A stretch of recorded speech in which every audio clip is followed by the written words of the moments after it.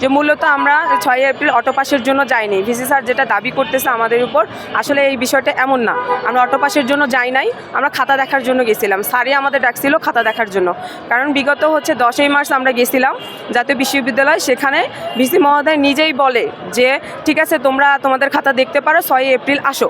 আমরা এই স্যারের কথাতেই 6 এপ্রিল আমরা আসছিলাম যে আমাদের খাতাগুলো নিজ চোখে দেখার জন্য।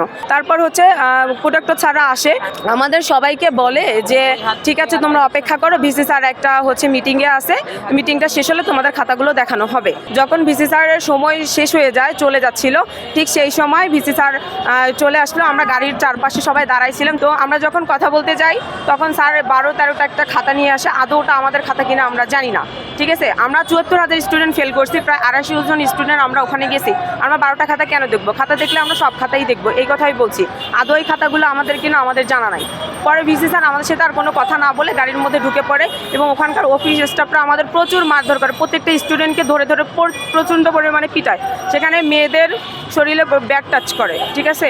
ওখানকার অফিস স্টাফরাও ব্যাগ টাচ করে। ওখানে মহিলা সিকিউরিটি ছিল, আর আমরা কোনো অন্যায় করিনি। ওখানে কোনো কথাই বলতে সুযোগ পায় না, আমাদের মারধর করা শুরু করছে।